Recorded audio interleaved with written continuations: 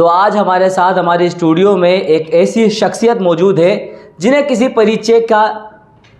परिचय की मोहताज नहीं है। ये है कलकत्ता के कलब कचौरी के लाली छंगानी जी। आज ये हमारे साथ जयपुर है, हमारे स्टूडियो में। आज इनसे जानेंगे इनके कलब कचौरी का पूरी जर्नी। तो सर बहुत बहुत स्वागत है आपके महानगर टाइम्स में। सर्वप्रथम आपको भी बहुत बहुत धन्यवाद कि आपने आज मेरे को यहाँ पे बुला के आपसे बात करने का मेरे को सौभाग्य मिला।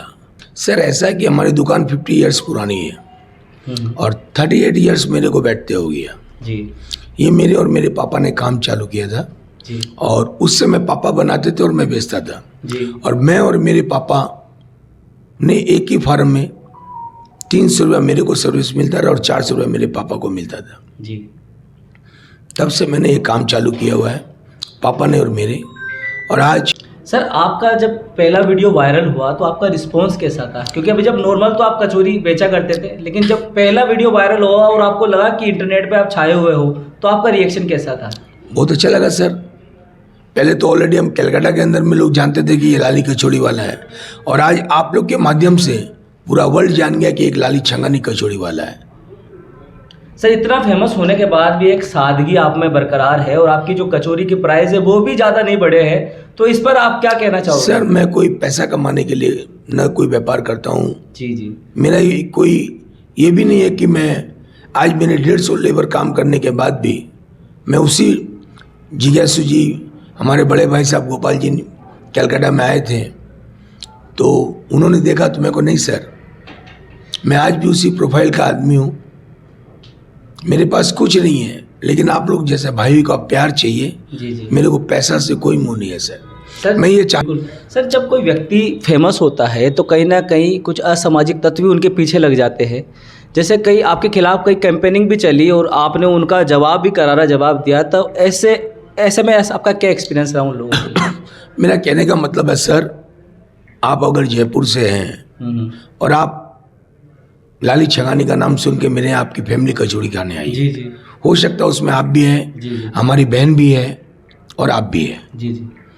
अगर जितनी मेरी पॉपुलैरिटी दुकान की हो रही है तो हो सकता है कोई अनजान आदमी कुछ बदमाशी करना चाहे और वो आपकी फैमिली खड़ी और वो कुछ ऐसा वर्ड यूज कर दे जिससे आपकी फैमिली को एनर्जी लगे जी। तो वो तो शख्स मेरे को ही बोलेंगे बिल्कुल कि फिलहाल सर आपकी दुकान अच्छी होगी लेकिन लोग आपके यहाँ अच्छे नहीं आते हैं जी। तो मैं तो एज ए सेल्समैन, अपनी दुकान का मैं सेल्समैन हूँ, मालिक नहीं हूँ। मैं अपने आप को कभी मालिक नहीं समझता और न कभी समझूंगा। और जिस दिन भगवान न करे ऐसा दिन मन में आ जाए तो भगवान मेरे को अपने पास बुला ले, मेरे को मालिक का शौक नहीं है। सर आपके फेमस होने के बाद में जब वायरल आप हुए तो आपके पास ऑर्डर भी बहुत आने लगे, तो ऐसे में ऑर्डर को आप किस तरीके से मैनेज करने लगे थे? सर ऐसा है, कचौड़ी और जलेबी का ऑर्डर मैं आज तक कभी लेता नहीं हूँ जी। कभी भी नहीं। कि अगर कल आप आके बोलेंगे कि मेरे को 500 पीस चाहिए तो मैं बोलूँगा आप जैसे आएंगे रूल से ही आपको आना होगा। अगर उनके पहले कोई 2 पत्ता वाला मिडिल क्लास का आदमी, या मेरे लिए तो हर कस्टमर गॉड है, और कहा भी जाता है God is customer, customer is God ji. तो मेरे लिए हर वो कस्टमर जो मेरी दुकान में वो मेरा भगवान का रूप है। मैं किसी भी रूप को, भगवान को भेदभाव नहीं समझता जी। अगर मेरे दुकान में एक मर्सिडीज गाड़ी वाला भी आता है और एक रिक्शा वाला भी आता है तो मैं एक रिक्शे वाले को भी उतना ही प्यार और वही कस्टमर समझता हूँ जो मेरे भगवान का रूप है, और उसी मर्सिडीज वाले को भी वही समझता हूँ कि वो मेरे कस्टमर का भगवान का रूप है। मैं कभी भी किसी में भेदभाव नहीं समझता। क्यों कि मैंने अपने पापा के संग 300 रुपया में मेरे को और 400 रुपया पापा को सर्विस नौकरी मिलती थी, और 12 साल कंटिन्यू मैंने और मेरे पापा ने एक ही फार्म में नौकरी की। तो सर पैसा की भी कीमत समझता हूँ, पीआरओ को भी समझता हूँ, और आज इस मुकाम पे हूँ कि कल दिन अगर करोड़ भी खर्चा हो जाए तो नहीं सोचता हूँ, लेकिन पैसा को बहुत महत्व इस भगवान ने, मेरे भैरू बाबा ने, माँ करनी ने ये जो रूप दिया है कि मेरे पापा की मट्टी बीकानेर, मेरी मट्टी बीकानेर, और कलकत्ता में जाके मेरे पापा ने जिस समय चालू किया उस समय 20 स्क्वायर फुट के रूम के अंदर में मेरे पापा ने 15 साल गुजारा है, जिसके अंदर आदमी आज की डेट में हम और आप बैठ नहीं पाएंगे। उस 20 स्क्वायर फुट में मेरे पापा ने अपना जीवन 15 साल काटा है। मेरी मम्मी बीकानेर थी और मेरे पापा अकेले कलकत्ता में रहे। उस जगह हम भाइयों ने बहनों का जन्म कैसे सब कुछ हुआ है ये नाथ भैरवनाथ ही जानता है। मैं समस्त बीकानेर के वासियों को अपना प्रणाम, जिन्होंने भी ऐसा देखा है तो मैं अपने दादाजी बुलाकी दास जी और मेरे पापा प्रेम रतन छंगानी के इतना नाम करना चाहता हूँ कि वर्ल्ड में बीकानेर का ये नाम हो कि ये शख्स कहाँ से आया, बोलेगा बीकानेर से आया तो उसे गर्व लगे कि किसी ने कहा कि मैं बीकानेर के वासी को जानता हूँ।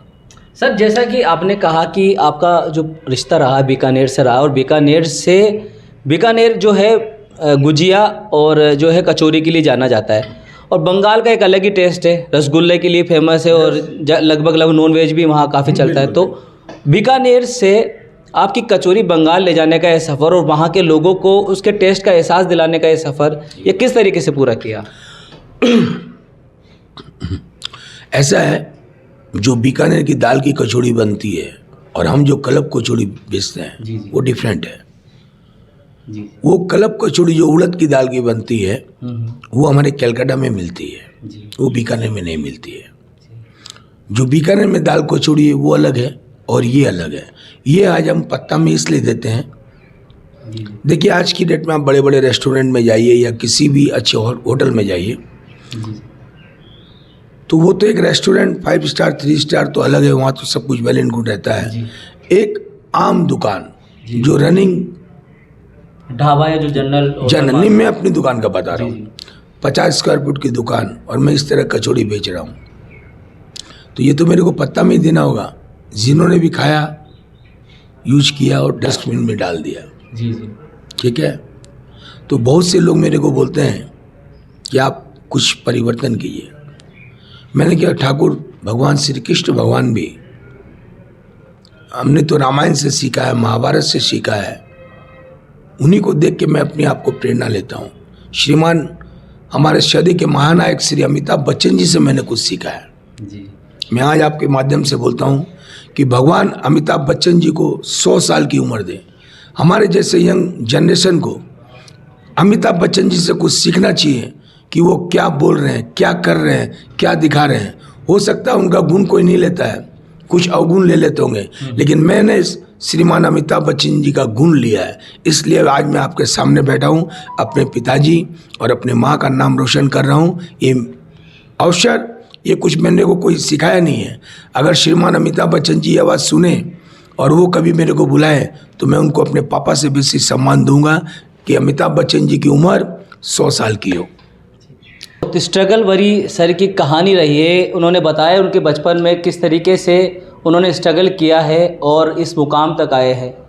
ऐसे में कभी स्ट्रगल के बाद कुछ लोगों ने इनको टारगेट करने की कोशिश की, लेकिन इनकी जो हिम्मत थी, इनका जो साहस था और उनका जो पीछे का परिश्रम था, उन्होंने उनको हिम्मत दी और उन लोगों को इन्होंने करारा जवाब दिया।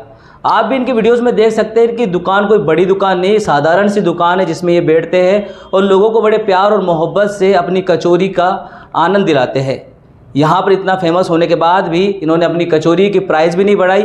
इनका मानना है कि जितने भी कस्टमर इनके पास आते हैं वे उनके परिवार के सदस्य हैं और उन्हें अपना परिवार का सदस्य ही मानते हैं।